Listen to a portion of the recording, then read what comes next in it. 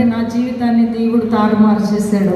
నేను ఒక అన్య కుటుంబంలో జన్మించినప్పుడు దేవుడు నన్ను దర్శించాడు. హల్లెలూయా. అందుకే ఆయన నన్ను ప్రేమించాడు, చూసావా? అది చాలా గొప్ప విషయం. హల్లెలూయా.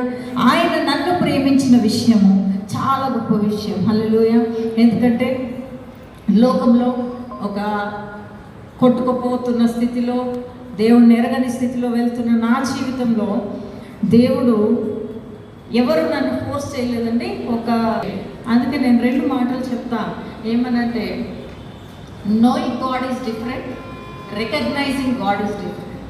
Knowing and recognizing is totally different.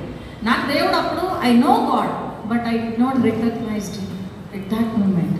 కానీ ఎప్పుడైతే నేను గర్భంలో పుట్టక మునిపై నేను ఏర్పరచుకున్న, ప్రతిష్ఠించుకున్న అనేక మంది ప్రవక్తల ద్వారా, దైవజనుల ద్వారా దేవుడు మాట్లాడుతూ ఉన్నాడు. అయినప్పటికీ కూడా నేను వెనుకంజ వేస్తూ ఉన్నా. నేను పరిచర్యకు పిలిచాడు, దేవుడు నేను ఇలా వాడుకుంటాడు, దేవుడు ఆలోచన ఇది అన్నప్పుడు నేను ఎప్పుడు కూడా నా శక్తి సామర్థ్యాలు చూసుకుని ఎందుకంటే నేను మాట్లాడలేనని చెప్పి, అందుకే ఇది పట్టుకుని నేను మాట్లాడలేను, ఇట్లా నలుగురిని ఫేస్ చేసి నేను మాట్లాడలేను.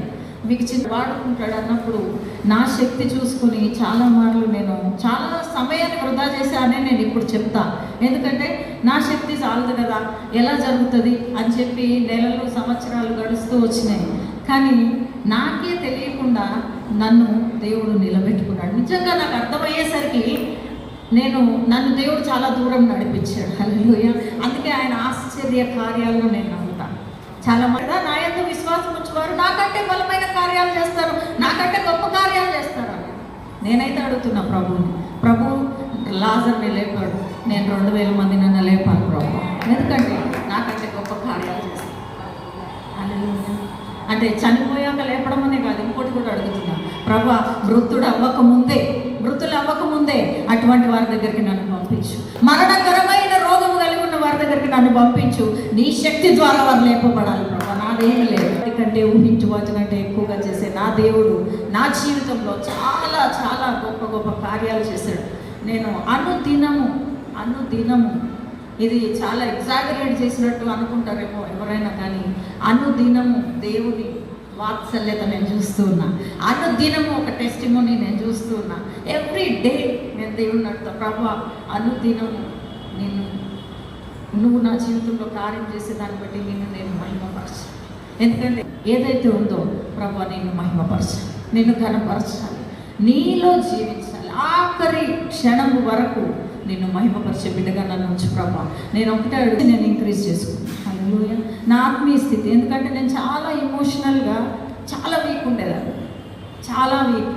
ఎవరన్నా కొంచెం గట్టి సౌండ్ పెట్టి అరిస్తేనే నాకు ఇట్లా ప్రభా వచ్చేది చిన్నప్పటి నుంచి. అట్లాంటి నేను ఈరోజు ఇన్ని నిందలు, ఇన్ని అవమానాలు, ఇన్ని భారాలు ఎలా పడుతున్నానంటే దేవుడు నాలో పని చేస్తూ ఉన్నాడు. పరిశుద్ధాత్మ దేవుడు నన్ను ధైర్యపరుస్తున్నాడు, గట్టిగా నిలబెడుతూ ఉన్నాడు.